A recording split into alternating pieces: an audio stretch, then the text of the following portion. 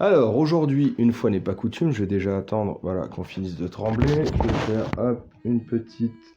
Voilà, pour qu'on puisse ne pas avoir des changements de lumière intempestifs. Alors, bonjour à tous. Voilà, je vais tenter aujourd'hui de vous faire une vidéo one-shot. One-shot, pourquoi parce que j'en ai marre des hitmarkers, tout simplement.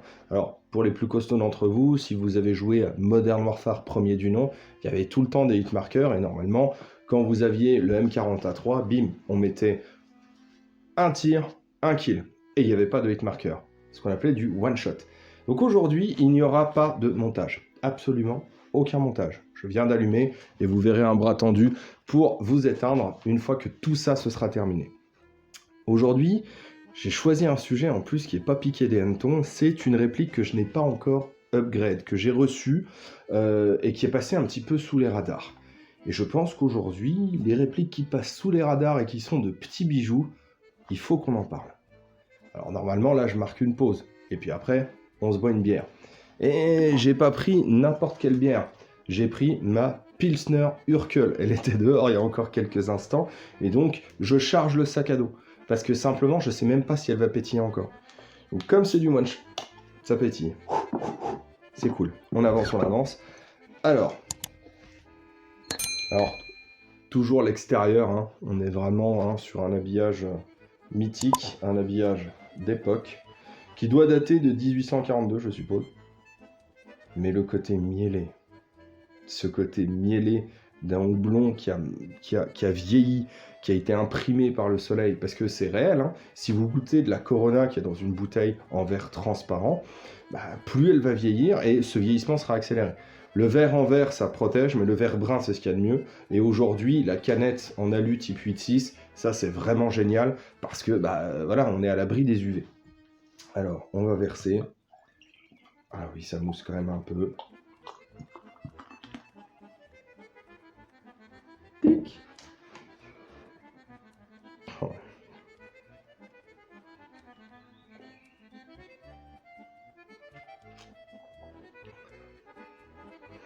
Franchement, cette bière-là, à la limite, on va lui dédier un épisode à rien que pour elle. Et je regarderai d'ailleurs sur une bière et JV s'il n'a pas déjà parlé de la Pilsner Urquell. Mais bref, une bière et JV, Pilsner Urquell et tout le reste, on pourrait en parler pendant des heures. Mais vous n'êtes pas là pour ça.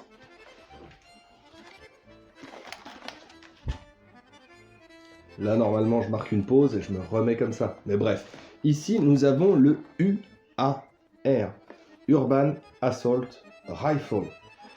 UAR et aussi ABS, hein, pour acrylonitrile, butadiène, styrène. Alors, si mes cours sont encore assez frais dans ma tête, je crois que c'est une réaction radicalaire, voilà. Donc, UAR, ABS, c'est une réplique extrêmement légère qui fait 2,4 kg.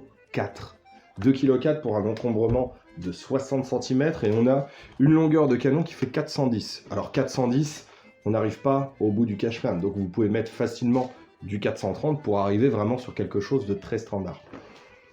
Ce UAR, pour moi, il est passé sous les radars, sauf pour Canseb. Parce que la première fois que j'ai vu ce type de réplique, c'était justement sur la chaîne de Canseb où il faisait des tests de tir. Et ça me fait écho que j'ai écouté Jacques pour CSRD qui avait interviewé Canseb. Je crois que je l'ai écouté hier. Donc allez-y, foncez, écoutez-moi tout ça parce que franchement ça vaut le coup.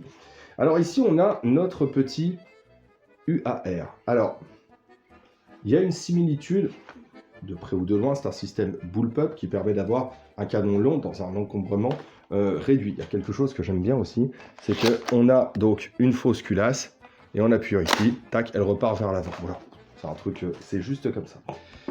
Ce UAR, j'ai pas encore fait de modification dessus. J'ai rien touché du tout. Alors, rien, oui et non. J'ai juste enlevé le canon pour en remettre un autre, parce que d'origine, c'était pas foufou. On va en reparler. Ce UAR, on peut faire plein de choses dessus, et il a une similarité avec une autre réplique.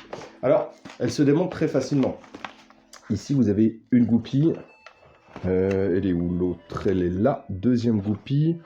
Et la troisième, il y a 3 goupilles normalement. La troisième, elle est, tac, juste ici. Alors, les goupilles, moi je vous conseille, selon que vous soyez droitier ou gaucher. Quand vous êtes droitier, vous avez la réplique bien plaquée contre vous. Gaucher, ce serait dans l'autre sens. Mais moi, comme je suis droitier, les goupilles, elles ont un sens. Elles ont le côté plat et le côté piquant ici. Donc, pensez toujours à mettre le côté plat contre vous. Ce qui fait qu'en permanence, peu importe ce qui se passe, vous avez plus tendance à enfoncer la goupille avec son côté plat, donc la remettre en place. Par contre, si vous la mettez dans l'autre sens, tac, là je viens d'appuyer, je vais vous montrer, hop, voilà, tac, elle est déjà en train de partir. Donc ça là-dessus, voilà, comme je fais un one shot, je ne vais pas y revenir, je ne vais pas monter, je ne vais pas faire une séquence après. Je vous le dis tout de suite, ça pour moi, c'est un point négatif. Si vous le mettez dans le mauvais sens, là je la retire, hop, je la remets dans le mauvais sens. Si je joue et à force de la plaquer sur moi, bah, je risque simplement de la faire sortir et de la paumer. Ce serait quand même dommage. Alors, ce UAR, je vais les enlever. Je vais toutes les enlever. Ce UAR a quelque chose de très intéressant qui va vous faire penser à une autre réplique. Le changement de ressort rapide est directement visible. Et ça fait écho à une autre réplique. Alors, quand on fait du one-shot, on doit s'organiser un peu mieux. C'est celle-ci. Celle-ci, c'est le MDR-X. Alors, quelle serait la différence? Alors, au-delà de la qualité, ici, on est sur quelque chose quand même qui tient le choc. Là, on est sur du très léger. Là, on est aux alentours de 170 € à peu près. J'ai regardé vite fait. Le seul montage que j'aurai, je vais vous insérer sûrement une photo ici, si j'en ai envie, ou alors je upload directement comme ça, et je pense que je vais uploader comme ça. Le seul truc que je vais faire, c'est que je vais vous mettre des liens dans la description. Lisez bien la description. Ici donc, on est à 170 €. Ici, on n'est pas du tout sur la même qualité. Ici, on est sur de la bonne finition. Et la différence entre les deux, quand on regarde ici avec ce changement de ressort rapide, et ici aussi, on pourrait se dire que je suis dans la même situation. Parce que là, moi, je suis bien embêté. Je suis bien embêté avec celle-ci, et pas avec celle-là. Celle-là, je n'ai aucun problème. J'ai aucun problème, pourquoi? Parce que l'interne a été bien préparé, l'interne est propriétaire. Ce qui fait que j'ai rien à faire dessus, en fait. Cette réplique-là, ce MDR-X, je choisis, en mettant ma batterie, je sais pas, le ressort que je veux mettre à l'intérieur, hein, clic-clic, donc la puissance à laquelle je vais jouer. Je vais juste adapter mon grammage de billes à la puissance pour avoir une vitesse correcte pour le joint qui est ici. Moi, ici, j'ai mis un joint 50 degrés. Donc, je peux quand même jouer avec une plage de billes énorme et surtout une plage de puissance énorme. Et je vais jouer. C'est une mécanique qui est propriétaire. La réplique tire très bien d'origine. À la limite, j'ajoute des organes de visée et c'est tout. Et je pars sur la partie. Ici, c'est pas du tout le cas. Ici, c'est pas le cas. Ici, quand je l'ai reçu, j'ai nettoyé le canon qui était vraiment très très sale. J'ai fait des tests de tir. J'ai échangé des ressorts avec des ressorts que j'avais chez moi et je me suis très vite rendu compte, même sans changer les ressorts, enfin si, en changeant les ressorts, je teste comme vous pouvez vous en souvenir parce que j'ai fait une vidéo là-dessus quand même, hein, les vidéos se suivent, sur la réactivité générale. Donc avec la réactivité générale et la puissance que je développais, je savais tout de suite que ma réplique n'était pas du tout étanche et que je devais de toute manière travailler sur l'interne de cette réplique. Alors, travailler sur l'interne d'une réplique comme ça peut être super intéressant, d'autant qu'il n'y a que des choses qui me plaisent dedans. Malgré le fait, oui, ok, d'accord, c'est du 5,56. Et est-ce qu'on peut lui en vouloir? Moi, je tire de la 6 mm, que ce soit du 5,56 dans la forme du chargeur, ça m'en touche une sans faire bouger l'autre. Comment ça se démonte ce truc-là? Est-ce que ça se démonte facilement? Il y a des répliques qu'on appelle des répliques one-shot, et je ferai une vidéo dédiée sur les répliques one-shot. Alors dans les répliques one-shot, je vais mettre le FAMAS, qui est mon Nemesis.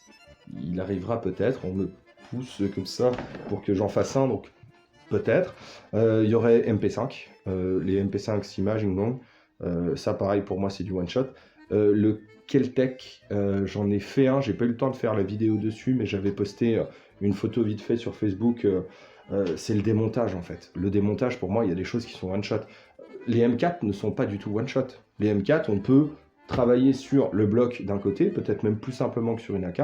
Ça dépend des AK. Hein. Sur les AK Sima, on chasse une goupille et ça va bien. Sur les AK ENL, on va galérer avec notre petite clé Allen comme ça. Donc, ici, ce n'est pas une réplique one-shot. Et ce n'est pas une réplique one-shot, malgré le fait qu'elle est du 5,56. Les M4 sont one-shot au niveau de la gearbox, parce que moi, je n'ai pas l'habitude des M4. Voilà, je commence, on m'en envoie de plus en plus, donc je commence à prendre un petit peu de bouteille par rapport à ça. Mais cette réplique-là se démonte en 3 goupilles. Donc j'en ai chassé une. Alors je vais éviter voilà, de devoir les chercher une fois que la caméra sera éteinte. Parce que là, j'ai pas le droit à l'erreur.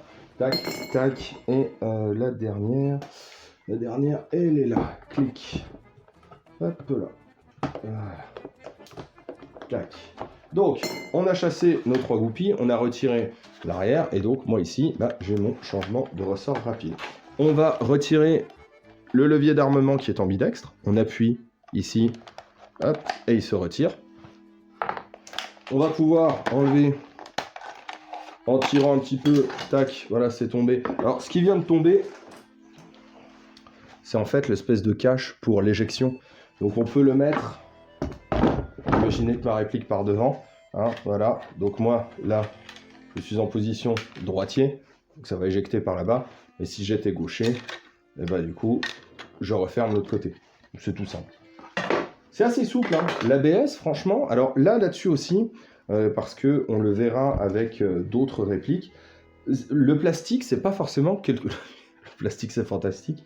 Le plastique, c'est pas forcément quelque chose qui casse. Le plastique va avoir de la souplesse. Et il faudra pas se tromper entre souplesse et dureté. Il y a des choses qui sont très dures. Le verre est très dur. Le verre est dur, le granit est dur. Et le granit casse très facilement, en fait. De fait de sa dureté, vu qu'il a le chêne et le roseau. Voilà. Simplement, voilà, pour vous faire vraiment une image, le chêne et le roseau. Vous serez tranquille. Tant et si bien qu'il déracine celui à qui la tête au ciel était voisine et dont les pieds touchaient l'empire des morts. Et normalement là, tac, je mets un cut, je bois ma bière et une fois que j'ai fini ma gorgée, je reprends. Mais je vous laisse. Alors, une fois qu'on a enlevé cette partie-là, on va pouvoir retirer le cache-flamme. Alors ici, on a un cache-flamme un petit peu particulier qui est une sorte de petit silencieux un petit peu bizarre. Alors, vous le dévissez. Sachez que quand vous commencez à dévisser quelque chose, que vous sentez que ça commence à tourner, mais que ça a l'air de bloquer, arrêtez. Vous allez tout péter, en fait. Il y a ici, comme 99, je ne sais même pas si vous allez voir, si on la voit, il y a toujours une petite vis sans tête. 99% du temps. Donc avant de forcer, forcez jamais. Ne forcez jamais, vous allez péter un truc. Donc hop, là ça fait du poids par contre. Je pense que ça contribue à ajouter, peut-être, faudrait que je le pèse, mais ça pèse quand même pas mal. Ensuite, on va pouvoir, et c'est ça qui est top aussi sur cette réplique-là, c'est que ceux qui s'embêteraient avec tous les systèmes de tringlerie et tout, ils ont fait quelque chose qui est quand même assez original, assez élégant, malgré le fait qu'il y a des choses qui sont perfectibles, comme dans toutes les répliques. Hein. Moi, je suis pas ingénieur. Hop. Alors, je crois qu'il faut le mettre, voilà, en moins. Hop là. Tac, je vais réussir à le sortir. Je pense. Hop. Alors. Moi, il y a un serpent dans ma botte. C'est où que ça coince? Ouais, il faut le mettre sur du semi. Voilà. Hop. Désolé. Il faut le mettre sur le semi hein, quand vous essayez. Alors ici, vous avez le sélecteur de tir. Je le montrerai en toute fin de vidéo. Je vais le montrer là. Franchement, il est pas génial. Ce sélecteur de tir, quand vous êtes dans cette position, donc le manche tout en bas, vous êtes en sécu. Vous levez une fois, vous êtes en full. Et vous n'allez pas pouvoir, avec votre pouce tout seul, vous mettre en semi. Ça, c'est un peu dommage. Si vous êtes en sécu, vous levez, vous allez partir en full, ce qui n'est pas forcément grave, vu qu'on peut choisir la puissance. Mais pour partir en semi directement, voilà. Si vous êtes un petit peu... Et là, une fois que je suis en semi, pour repasser en full, je suis bien embêté. Je dois reculer toute ma main, essayer de faire...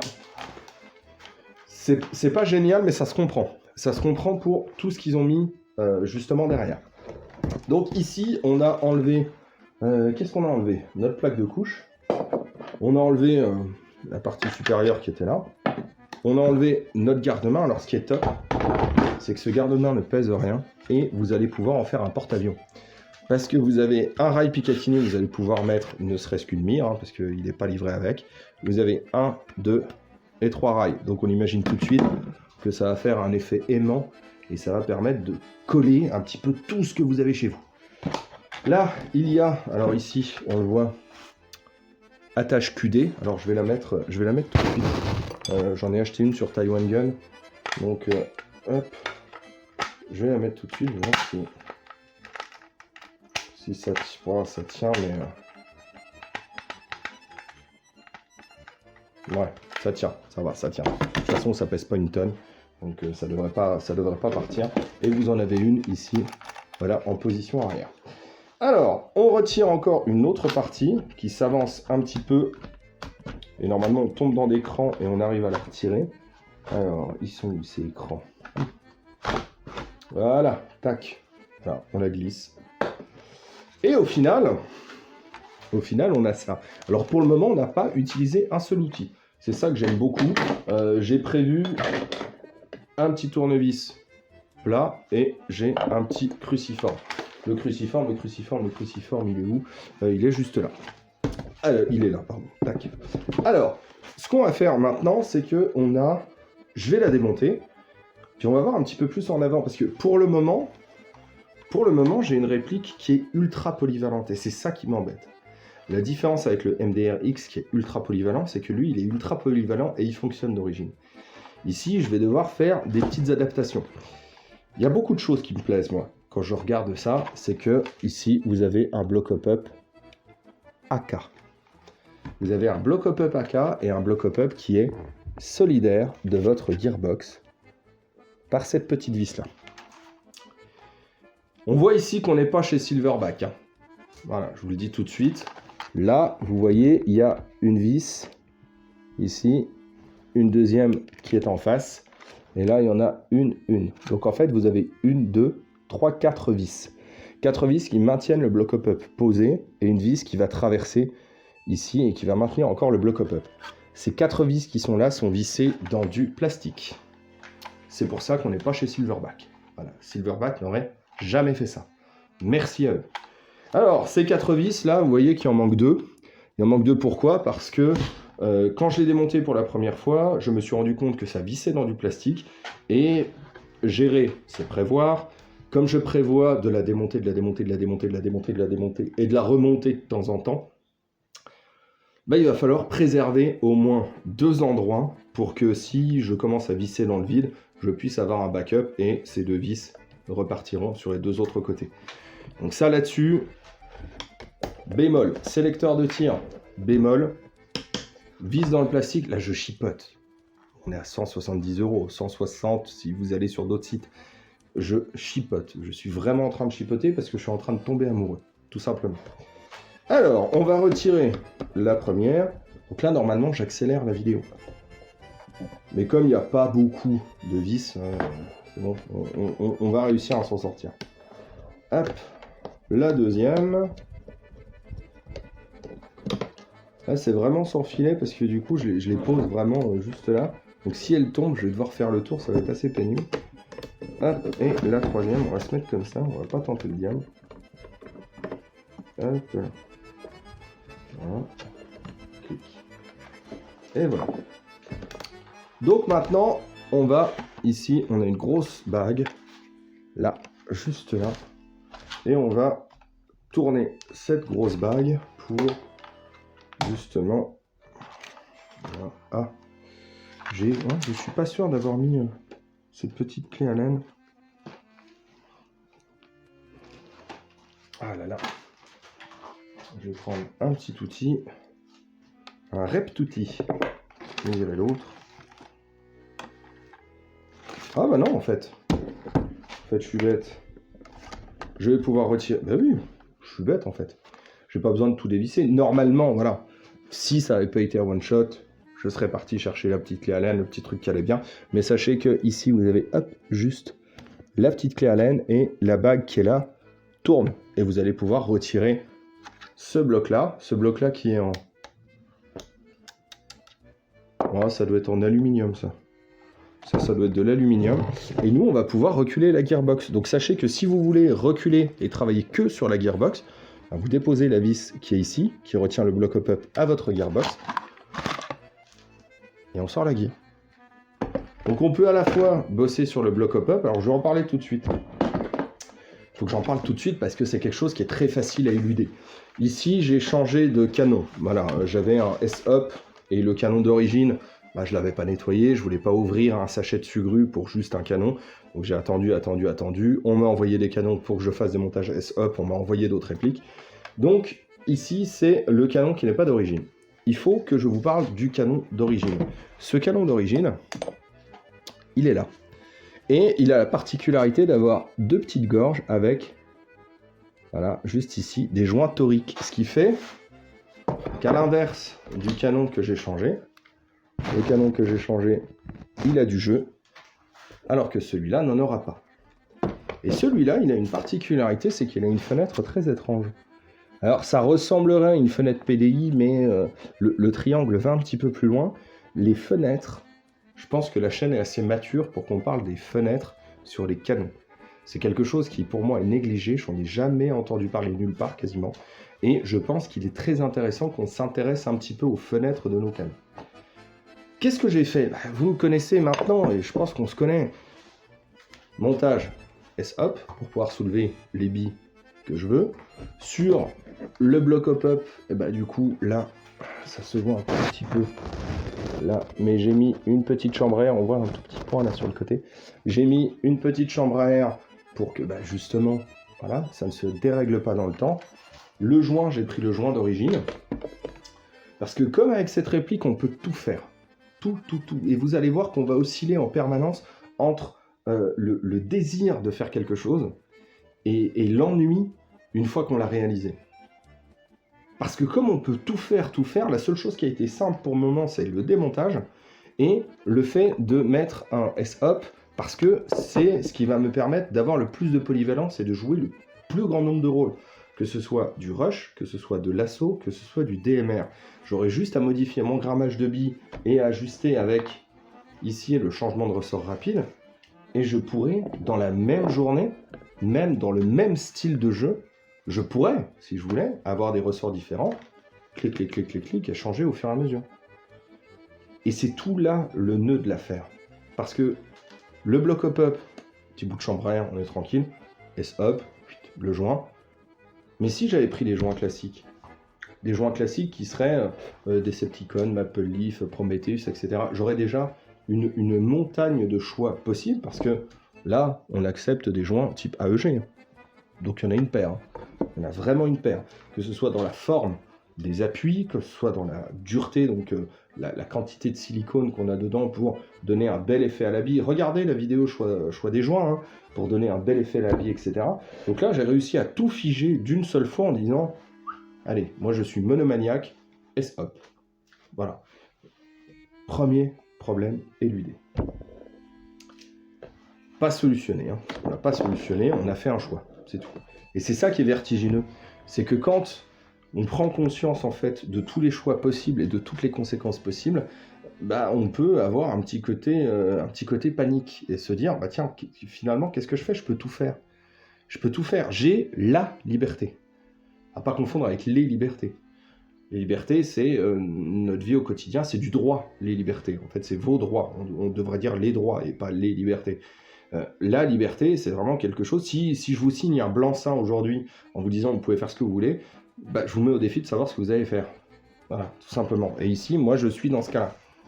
Je suis dans ce cas-là même un petit peu plus loin, parce que là, on attaque la gearbox. La gearbox, on est sur un type de gearbox V3, légèrement différent d'une V3. Ici, on voit qu'il y a quelque chose qu'on n'a pas d'habitude sur les V3. Je ferai le test si je peux mettre une V3 type CIMA directement à l'intérieur, mais je présuppose que ça, c'est fait pour la plaque de couche qui est ici. Et je pense qu'il doit y avoir un système de rétention, mais je ne suis pas sûr que ce soit nécessaire. J'ai l'impression que c'est juste la glissière de notre fausse culasse qui doit passer quelque part là-dedans. Bref. Alors, qu'est-ce que je peux voir? Donc ici, je vois du T-Din. Donc, moi, j'ai acheté d'occasion cette réplique. Hein. Donc, à mon avis, voilà, c'est quelqu'un qui a mis du T-Din. Je vois qu'il y a un moteur Evolution Age, je pense. Parce qu'il me manque la moitié des lettres. Alors, on est vraiment sur du V3. Hein. On est vraiment sur du V3 et on a tout un système qui, avec la position du sélecteur de tir, parce que pour le moment, on a même gardé la queue de détente. Ça, c'est juste génial. On a même gardé la queue de détente. Donc là-dessus, j'ai mon chariot, j'ai tout. J'ai un chariot type V3, donc je peux mettre du plugin, je peux mettre du drop-in, ça semble vraiment être une véritable V3. Voilà, les bearings, ça semble être du 8 mm. Donc c'est des bushings, donc 8 mm. Pareil, je peux mettre bushing, je peux laisser cela, je peux mettre des bearings. Vu que c'est une gearbox type V3, V2, V3, tout passe. Donc au niveau du ratio d'engrenage, en fonction du ressort que je vais mettre, je peux mettre du 9 pour 1, hein, du DSG.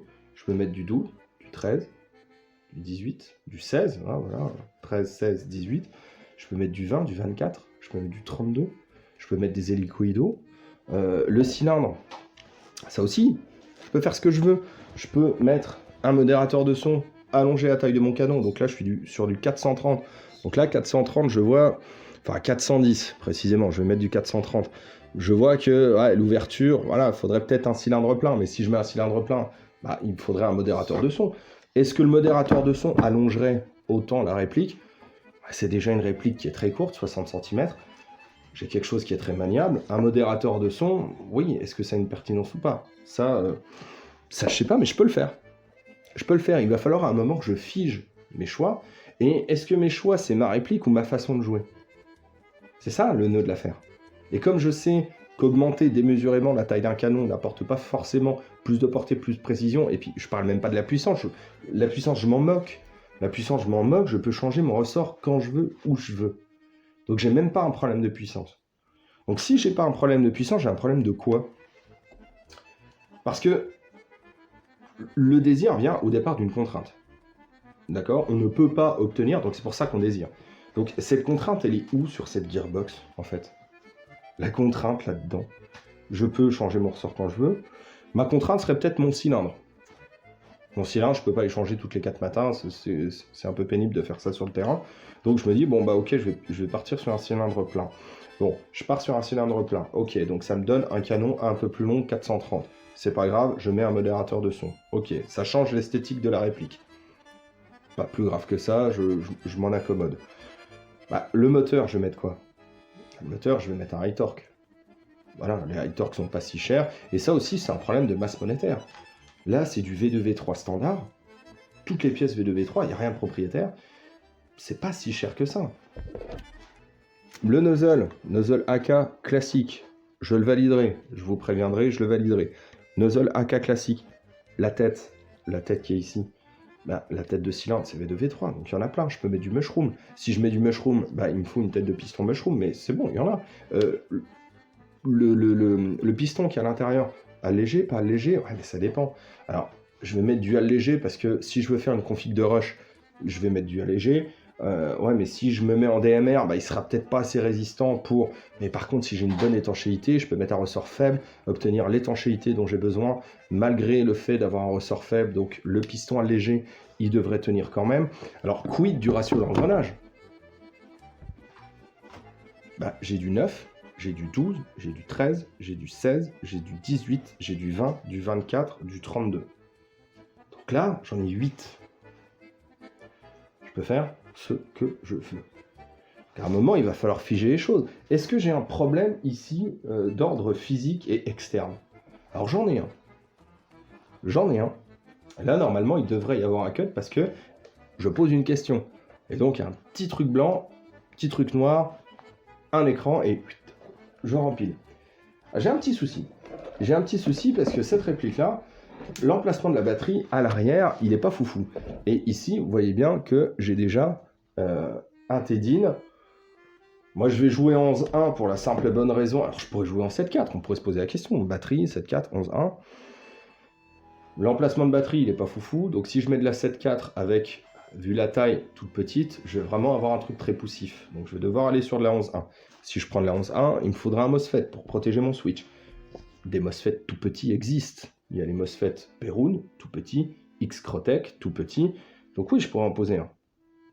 Je pourrais en poser un, mais j'ai vu, parce que je me suis renseigné sur cette réplique, que ici, à l'avant, il y a une petite chose que je vais tenter de retirer. Voilà. Tac. Et en fait, on a, je vous vois, on a un couloir. Et ça m'intéresse.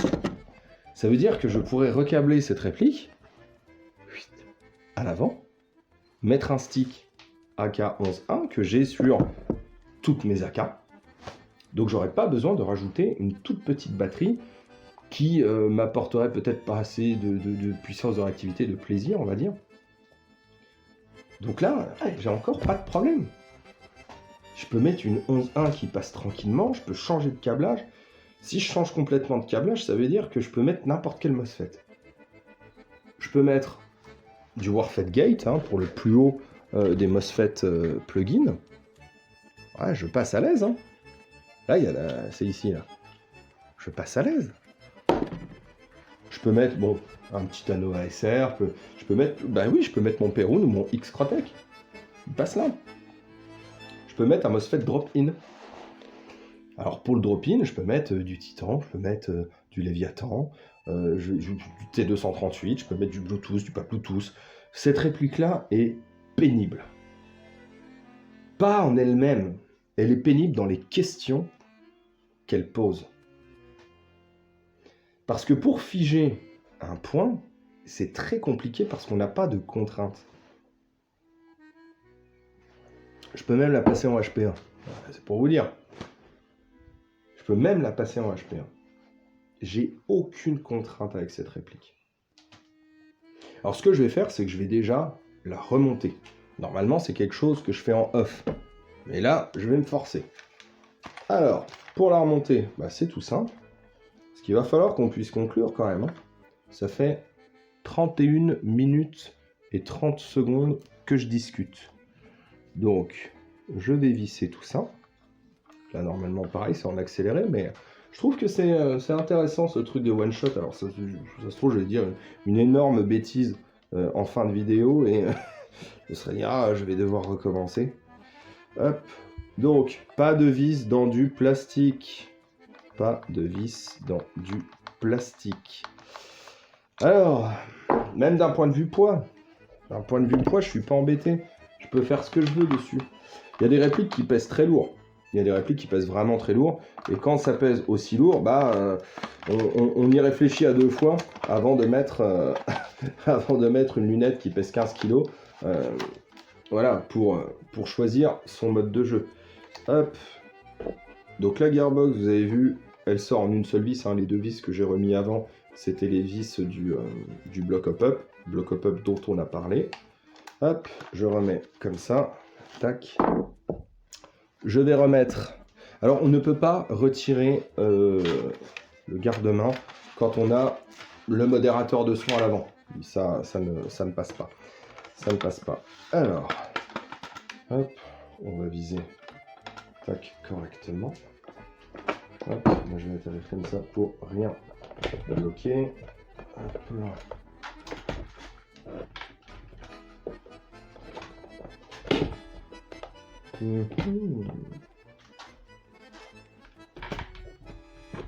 Ouais, ce serait peut-être ça aussi son inconvénient, le fait que ce soit un peu chiant, de remettre le tout. Voilà. Tac. Ok, ça c'est passé. Ensuite, on prend. Je vais me décaler parce qu'on va la pimper un petit peu quand même. Hop, je vais poser ici. Alors c'est dans ce sens. Oui, c'est dans ce sens-là. Hop. Non, t'en vas pas, toi. Voilà.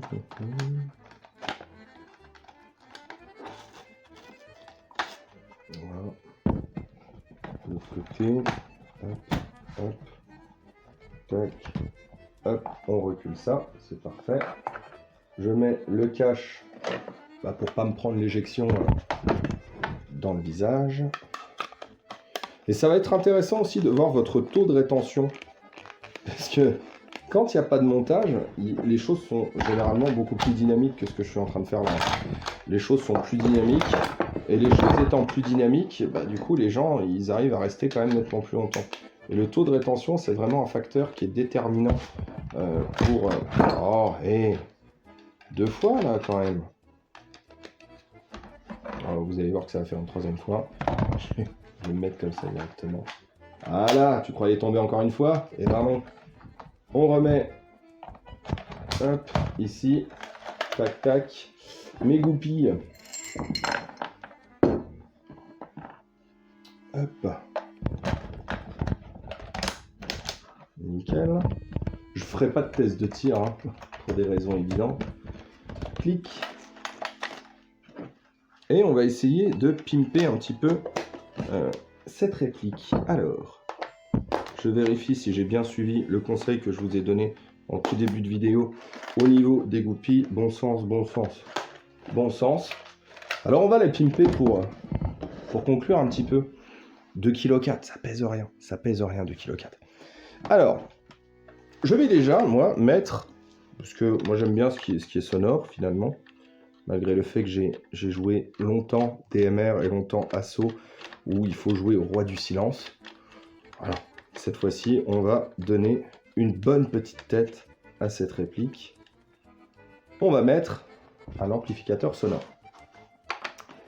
Je trouve que ça lui donne un petit look futuriste. Et comme on pèse 2,4 kg, on peut mettre ce qu'on veut. Hein. On ne sera pas gêné par un poids excessif. Hop. Voilà. Là, on commence doucement. On a quelque chose de correct. Bon, sauf que là, moi, malgré le fait que j'aime beaucoup les deux yeux ouverts, il va falloir que je mette une petite mire. Alors, cette petite mire que j'ai trouvée, là, que je récupère, c'est une petite mire que j'ai retrouvée en faisant mes tiroirs. C'est en ABS. C'est full ABS. Ça se règle pas. Mais bon, là, on commence à avoir quelque chose.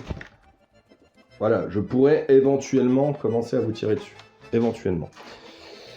Bon, ça fait un petit peu nu, ça. Alors là, on va pouvoir mettre des poignées. Donc ici, hop, soit poignée longue. Parce que j'aime bien la prise en main des poignées longues. Hop. Voilà. Alors, par contre, là, c'est un peu gênant. On va mettre quelque chose sur le rail Picatinny. On va mettre un cache-rail. Cache-rail Picatinny. Hop, tac. C'est pas mal, ça. Alors, on va continuer. On va mettre un Néotech. Voilà, un Néotech. Un Micro T1. Micro T1. Merci Airsoft Entrepôt pour cette petite bite qui est très agréable. Vraiment très agréable, avec des intensités qui sont différentes. Voilà. Donc là, hop, ça tombe sous les yeux. Ouais. Là, on est pas mal. Et puis, bah voilà, l'autre rail, il est un petit peu tout nu. Alors, on va y ajouter un boîtier PEC. Qui pour le coup fonctionne. Celui-là, on le reverra quand on abordera le sujet des lunettes de vision. On en parlera plus tard. Donc voilà, ce petit UAR, à quoi ça peut ressembler. Donc toujours avec le bolt catch. Tac. Voilà, alors j'ai pas oublié de l'éteindre, j'appuie 3 secondes. Tac, hop, le voilà éteint. On va mettre un mag. Hop, et puis voilà. Et puis, alors, oui, ok, ouais, ça fait trop ricain. Là, je l'ai senti en le disant. On va mettre ça. J'aime bien les poignées longues, mais au bout d'un moment, voilà, il y a quelque chose en nous. Hop, voilà. On va la fixer. Comme ça, pour les russophiles, bah, j'aurai pas de soucis dans les commentaires. Je n'aurais pas trahi la cause.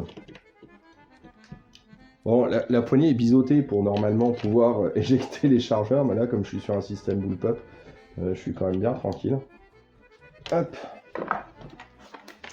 Au niveau justement de l'éjection, il y en a un ici, il est parfaitement ambidextre. Tac. Et en fait, ils en ont mis un là. Là, il y a un point qu'on peut appuyer. Voilà, pour enlever. Je ne sais pas du tout à quoi il sert, celui-là. On a donc une réplique qui me pose problème. Et qui va beaucoup évoluer dans le temps. Et si vous êtes curieux et que vous aimez bien lire les choses, vous allez pouvoir voir différentes vidéos qui permettent l'évolution de cette réplique-là. Parce que ici, on sent bien que toutes choses sont égales par ailleurs. Vraiment. Tout ce que je viens de dire là, je peux rien figer. Il n'y a pas de conséquences. Je change le ressort, je repars. À la limite, à l'extrême limite, les MOSFET qui n'auraient pas d'active breaking pourraient me poser problème. Vu que je veux jouer 11.1, je risque de tomber sur la vidéo en cherchant burst non désiré en semi, je vous mettrai le lien en description. Burst non désiré en semi, il me faudra juste un tout petit MOSFET active breaking, mais même les plus petits ont cette fonction-là. Alors quand c'est comme ça et que vous n'arrivez pas à choisir quelque chose, c'est peut-être probablement que toutes les choses sont semblables. Alors un petit conseil. Quand vous êtes dans cette situation, choisissez une solution et passez à autre chose.